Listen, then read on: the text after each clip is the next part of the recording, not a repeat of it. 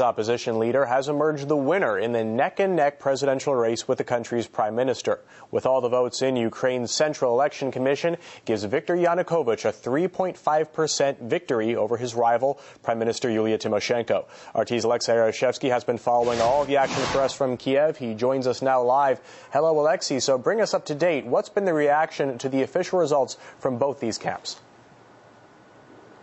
Indeed, Viktor Yanukovych, despite the fact that he has not yet been officially proclaimed as Ukraine's president, has already made an address to the nation. He outlined his future policies, both foreign policies and economic policies, instigating a thorough economic checks to be held everywhere across the country to revive the ailing Ukrainian economy. Another important thing which sounded in his address, and this has been confirmed in the headquarters of the Party of Regions, his party, that in the nearest future, the party will try to will announce the new coalition within the Ukrainian parliament and the resignation of the current government led by his main opponent, Yulia Tymoshenko. Now, this is big news, of course. This is a big blow for the powers struggling in Ukrainian politics between Viktor Yanukovych and Yulia Tymoshenko. But Tymoshenko herself has been silent for several days, postponing her press conferences. And we are, in fact, expecting some sort of address to the nation as well from her come during the day. But there's been no information so far when it's going to happen. But to talk about the reaction of Yulia Tymoshenko, the, in fact, silent reaction, we're joined in Kiev by political analyst, the professor of comparative politics, Mr. Alexei Garan. Many thanks for joining us this hour here in Kiev. First question to you. This reaction from Tymoshenko, or the lack of reaction, if you may, why is she silent? Is there some sort of strategic thinking over inside her headquarters? Yeah, actually, I think so. You know, the victory of Viktor Yanukovych is quite slim. And he didn't receive even 50% of the voters. And actually, the paradox is that Tymoshenko won in 17 regions and Party of Regions in 9 regions. So what does it mean for Yanukovych? It means that Yanukovych would need to find some compromises with other political partners. And one of the problems is that, according to Ukrainian constitution, the election of new president doesn't mean automatically the change of government. So, in order to change the government, it will be necessary not only to dismiss and to vote no confidence vote to Tymoshenko as prime minister, but also to form a new coalition. And actually, there are 2 ways to build a coalition. One is to have a large, super large coalition between Party of Regions and Yulia Tymoshenko bloc. Actually, even before the end of the elections, many analysts predicted that whoever is elected, such kind of coalition is possible. The second choice is to build a new coalition where main partner of the Party of Regions would be pro-presidential our Ukraine. So again, the paradox is this is a party whose leader is Viktor Yushchenko.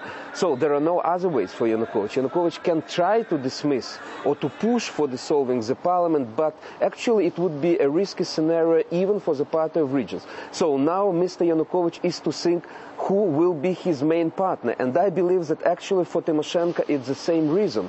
What would be the basic strategy to share the power with Yanukovych or to go to opposition and become opposition leader? But we also heard from the bloc of Yulia Tymoshenko just several minutes ago that they will try to contest the result of the election. One of the party members said that they will try to urge the recount of the votes in the Crimea and eastern Ukraine.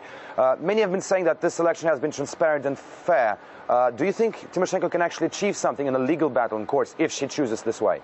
Look, the problem is that there were certainly some irregularities in the east of the country and Crimea. The question is definitely not to the scale of 2004. So mostly they were at very, very local level, which is really difficult to see for international observers. So the international observer says that generally the process is fine.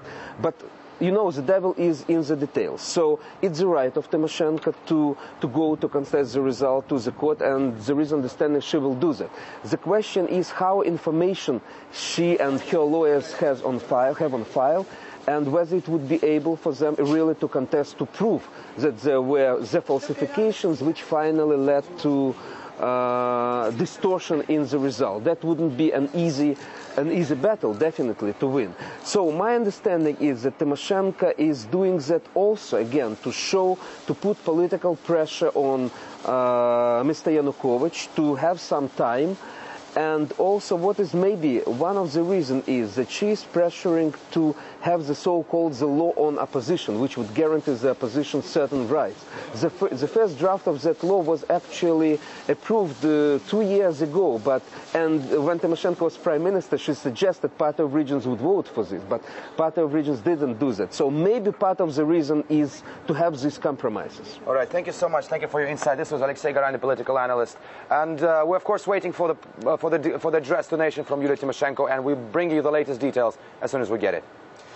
Absolutely. Thank you very much, Artis. Alexei Arashevsky there interviewing political analyst Alexei Garan.